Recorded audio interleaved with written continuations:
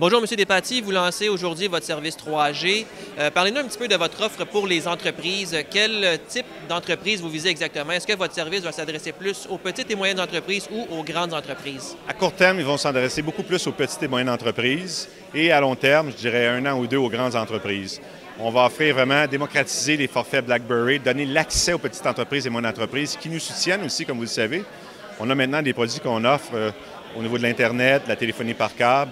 Donc, on veut pouvoir offrir un bouquet de services de télécommunication à nos clients québécois, nos entreprises québécoises, qui va leur permettre d'être concurrentiels sur le marché. Donc, de sauver des économies majeures, comme on le fait déjà avec l'Internet et la téléphonie par câble. Même approche avec la téléphonie sans fil. Et les entreprises sont souvent gourmandes en bande passante. Vous offrez des bandes passantes à 21 mégabits par seconde. TELUS fait des tests à 42 mégabits par seconde en ce moment. Oui. Est-ce que vous surveillez ça de près? Est-ce que vous comptez aussi augmenter la vitesse sous peu? On a déjà, je l'ai annoncé tout à l'heure dans mon allocution, des tests qu'on fait, ce qu'on appelle le Dual Carrier à 42 mégabits seconde, qui est en test laboratoire sur notre réseau et qui devrait être prêt dans un avenir très rapproché.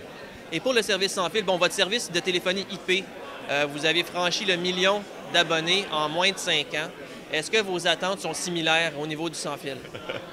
On a des politiques d'entreprise qu'on ne peut pas dévoiler les projections, sauf que, évidemment, si vous me posez la question, est-ce que je serais content d'avoir 1 million de clients? La réponse serait oui. Mais on ne donne pas de projection, malheureusement. Et bon, Apple a lancé l'iPhone il y a plusieurs années. Un de ses grands succès, c'est son App Store, donc son magasin, sa boutique en ligne d'applications.